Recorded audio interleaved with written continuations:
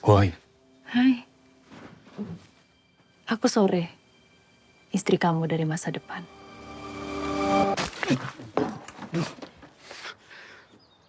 Elsa! Halo, we need to talk. She knows everything about me. Every little detail of my life. Nanti kalau Cindy nikah, kamu pulang ya. Kita ketemu di sana. Oke, katakanlah aku percaya kamu dari masa depan. Terus mau kamu apa? Mau buat hidup kamu lebih baik. Hidup aku baik-baik aja. 8 tahun dari sekarang, kamu akan meninggal serangan jantung. Udah percaya aku bisa bikin hidup kamu lebih baik. Emangnya di masa depan tuh kita jadi pasangan yang rajin olahraga bareng gitu? Ayo. Mulai sekarang, kamu ikutin apapun kata aku ya. Pernikahan kita bahagia banget ya. Kita sebenarnya lumayan sering berantem sih. Sorry. Kalau emang kamu mau mati lebih dulu ya udah, nggak usah dengerin aku lagi. Sorry. Pas saya dengerin, aku kan udah bilang sama kamu. Gak ada yang bisa ngatur aku meskipun istri aku. Aku bilang tidur. Aku gak bisa tidur kalau belum selesai. Cuma sekali abis ini udah. Aku gak bisa langsung berhenti gitu aja. Tahu nggak kenapa senja itu menyenangkan? Kadang ia merah merekah bahagia, kadang ia hitam gelap berduka. Tapi langit selalu menerima senja apa adanya.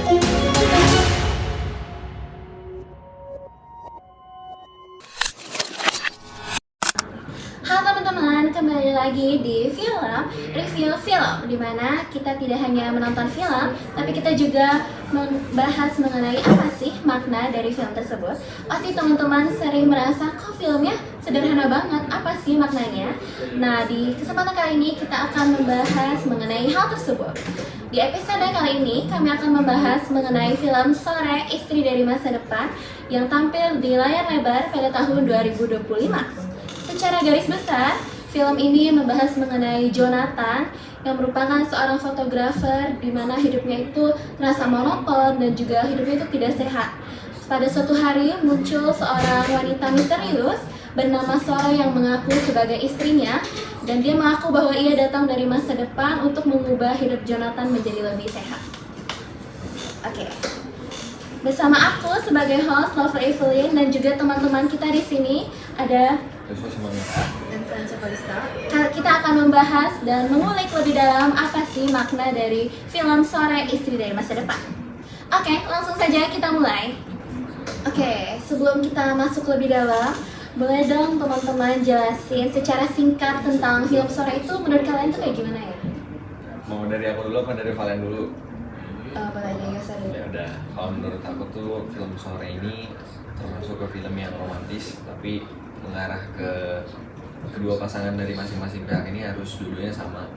Dimana yang satu Sore itu sebagai pengingat, terus Jonathan sebagai yang diingetin.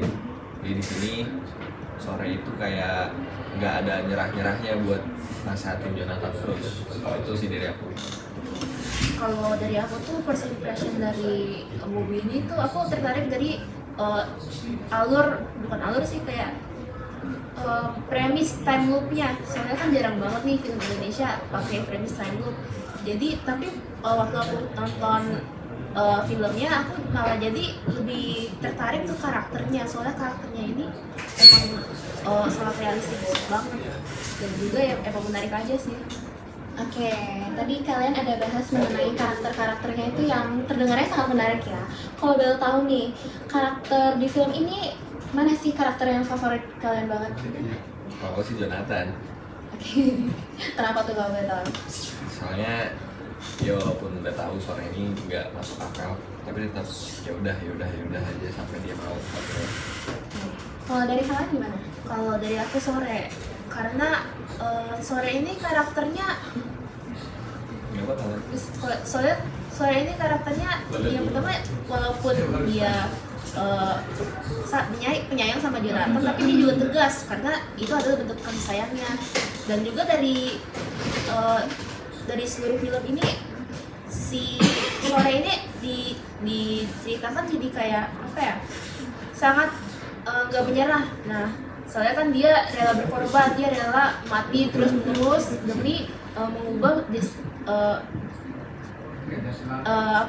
lebih mengubah kebiasaan buruknya si Jonathan supaya nggak mati di masa depan.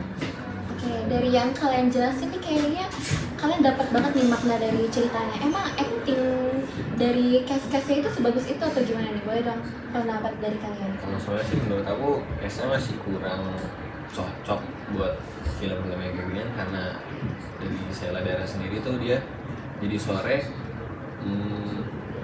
kurang dapet feel-nya kalau menurut aku. Tapi sebagai Jonathan ya oke lah, makanya aku yang favoritnya Jonathan. Kalau menurut aku sih udah oke. Soalnya walaupun emang mungkin iya ada kurang-kurangnya, tapi aktornya si Sheila Dara ini ada detail-detail dikit di aktingnya. Kayak misalnya kan di waktu pertama kali pas dia ketemu Jonathan, mukanya pas bilang kalau aku Sore bisa dari masa depan, masih agak happy. Terus makin lama agak capek gitu, soalnya kan udah mati berkali-kali ya. Itu aja sih ya. Oke, kalau gitu kan tadi kan kalian bilang kalau lama-lama ini Sore makin capek karena itu ada time loop sendiri kan dalam film itu. Nah, menurut kalian dengan adanya time loop ini tuh malahan film ini terasa boring karena masuk ke konfliknya itu agak lama, atau menurut kalian makin lebih menarik buat ditonton? Kalau aku sih karena ada time loop gini jadi lebih menarik. Soalnya beberapa tahun ke belakang film-film Indonesia nggak ada yang pakai editing time loop gitu. Jadi cukup kreatif lah buat produsernya. Menurut aku juga sama menarik. Soalnya time loop-nya ini mungkin bakalan boring kalau sama-sama terus. Tapi time loop ini kebanyakan berbeda-beda. Terus juga secara disajiinnya tuh kalau misalnya ada pun yang sama nggak disajiin langsung semuanya gitu. Ya gitu aja sih. Oke, aku setuju sih teman-teman. Menurut aku sendiri dengan adanya time loop ini menghadirkan sesuatu yang fresh dalam industri perfilman Indonesia. Oke, kalau gitu kita mau lanjut. Kira-kira pesan atau nilai moral apa yang kalian dapetin dari film ini? Kalau yang aku dapetin dari Jonathan kita nggak boleh jadi keras kepala terus-terusan. Kalau ada orang yang nggak menyerah sama kita harus buka diri kita sendiri. Dari Sorenya sih sabar terus, mau gimana pun akhirnya juga harus sabar, karena emang tujuan akhirnya emang itu sih. Kalau dari aku sih kalau ini aku menurut aku dari kayak misalnya karakter hubungan Jonathan sama Sore ini, kalau cinta itu, kalau kamu cinta, mau masuk cinta harus benar-benar siap. Soalnya apapun bisa terjadi ya. Mungkin aja salah satu pasangan kamu menjauh atau meninggal gitu. Ya pokoknya gitu. Mungkin aja, jadi ya harus siap, nggak boleh kayak nggak siap. Soalnya ntar pasti juga supaya kita siap untuk menghadapi sesuatu yang terjadi itu. Dan juga kalau misalnya cinta itu, untuk cinta kita bisa melakukan apa aja. Misalnya kan si Sore ini rela mati berkali-kali untuk si Jonathan gara-gara cinta. Untuk hidupnya Jonathan supaya dia lebih baik, supaya dia happy lah. Walaupun dia mati berkali-kali, dia menderita, bahkan di tengah-tengah juga ada saat dimana dia tuh nyerah, ya udahlah hidup diri sendiri aja, tapi akhirnya juga dia nggak happy ngelihat Jonathan dengan yang lain. Makanya menurut aku cinta itu adalah teman-teman itu yang paling top lah sama orang. Bisa dibilang kalau dari setiap orang pesan yang didapetin setiap orang untuk film itu agak beda-beda ya. Kalau dari aku sendiri itu lebih ke arah bagaimana saat kita sadar kalau kita dicintain atau segala kurangnya kita, segala jeleknya kita dicintain itu, kita pasti ada rasa kayak oh kita mau berubah untuk orang ini. Oke, sekarang aku mau lanjut ke sinematografi dari film ini. Kan sering dibilang kayak wow, film ini tuh bagus banget. Kalau menurut kalian dari segi visual itu bagaimana, dari pencahayaan dan pengambilan gambar di dalam film ini gimana? Tapi kalau menurut aku sih, aku nggak terlalu merhatiin setiap nonton film, nggak terlalu merhatiin CGI atau visualisasinya. Tapi buat film-film Indonesia yang mungkin baru-baru tayang kayak gini, oke lah, bisa diterima sama mata, nggak sakit mata kalau nonton di bioskop. Soalnya gelap banget kan, itu sih, nggak nusuk aja di mata. Oke, kalau dari kalian?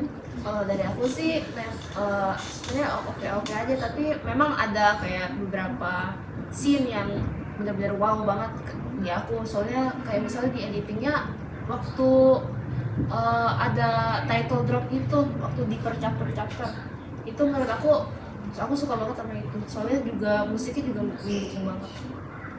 Oh iya, bisa dibilang kalau dalam film sore ini tuh ada soundtrack yang benar-benar ngedukung film ini, benar-benar kayak supaya pesannya itu bisa kerasa banget gak sih? Oke. Terakhir kita akan membahas mengenai rekomendasi dan penilaian. Kalau misalnya kalian disuruh nilai nih film ini dari 1 sampai 10, kira-kira kalian bakal kasih nilai berapa? 9, karena emang udah perfect aja.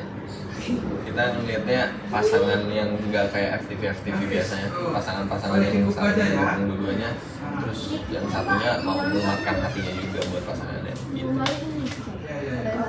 Kalau dari aku juga 9. Soalnya emang bagus, tapi bagus ada beberapa hal yang bisa ditingkatin. Tapi memang udah bagus dari karakternya, dari alurnya, dari musiknya tuh aku suka banget. Soalnya gara-gara musiknya aku jujur nangis di akhirnya. Jadi gitu. Oke, berarti kita semua bisa setuju kalau film ini itu emang bagus ya. Kalau aku sendiri, personally aku suka banget sama film ini. Kalau bisa di-rate juga aku kasihnya mungkin 9/10 karena benar-benar film ini tuh mengeluarkan sesuatu yang baru dalam perfilman Indonesia yang belum pernah aku lihat sebelumnya. Bagaimana dia mengambil konsep looping, bagaimana pemilihan lagunya itu, pemilihan soundtracknya itu benar-benar sangat mendukung dan yang seperti yang dikatakan Valen tadi bikin nangis ya, jujur aku juga nangis nontonnya. Oke, nah demikian teman-teman pembahasan film Suara Istri dari Masa Depan dari kami. Kita udah membahas dari ceritanya, karakternya, hingga pesan moral dan juga rating pribadi dari kami. Kiranya dengan episode kali ini bisa menyampaikan dengan baik pesan dari film sore ini kepada teman-teman semua. Terima kasih sudah menyimak podcast kami kali ini. Sampai jumpa di pembahasan berikutnya. Terima kasih.